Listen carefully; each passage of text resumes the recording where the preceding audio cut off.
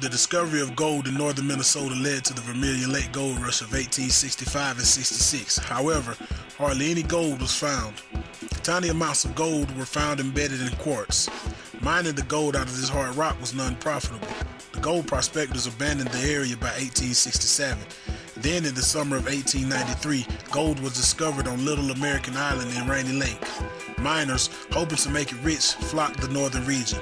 The Little American mine has been the only productive gold mine ever to operate in Minnesota. Although many miners moved on to find their fortunes elsewhere, the gold rush led to the settlement of many communities in northern Minnesota, including International Falls. Today, only a small number of companies are actively exploring gold in Minnesota.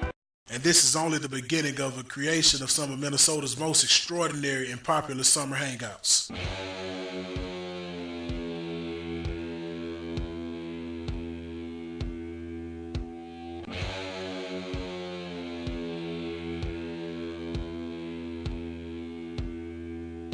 Minnesota's iron ore was actually discovered while miners were on their way to seek gold.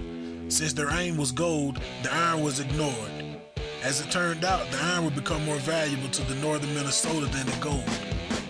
Iron ore was discovered on 3 iron ranges at different times. The first ore shipped from the Vermilion Range was in 1884, the Mesabi Range in 1892, and the Cuyuna Range in 1911.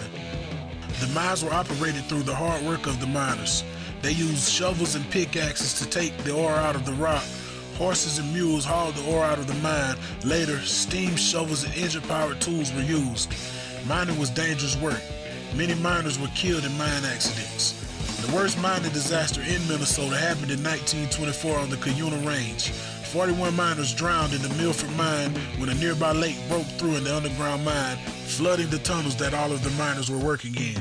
The mines attracted immigrants from almost every nation in Europe.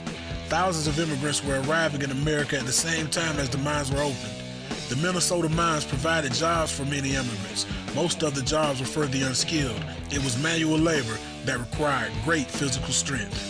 Towns were built around these mines.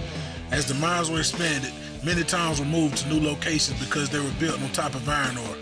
Part of the city of Hibbing, known as the North 40, was moved to make way for mine expansion.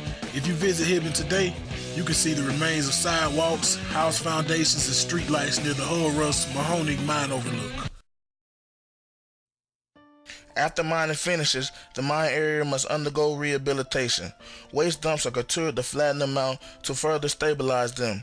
If the ore contains sulfates, it is usually covered with a layer of clay to prevent access of the rain and oxygen from the air, which can oxidize the sulfates to produce sulfuric acid, a phenomenon also known as acid main drainage. This is generally covered with soil and vegetation planted to help consolidate the materials. Eventually this layer will erode, but it's generally hoped that the rate of leaching and acid will be slowed by the covering such that the environment can handle the load of acid and heavy metals. There are no long-term studies on the success of these recoveries due to the relative short term in which the large-scale pit had existed. It may take hundreds to thousands of years for some of these dumps to become acid neutral and stop leaching to the environment.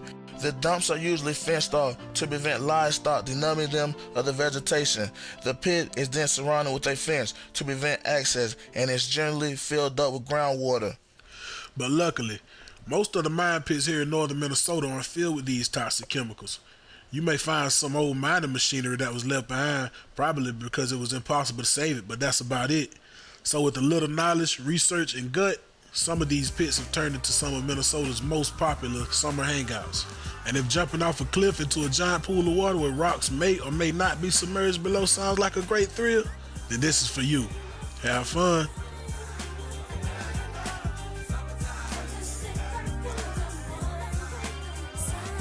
Here it is, a groove slightly transformed. Just a bit of a break from the norm. Just a little something to break the monotony of all that hardcore dance that has gotten to be a little bit out of control. It's cool to dance, but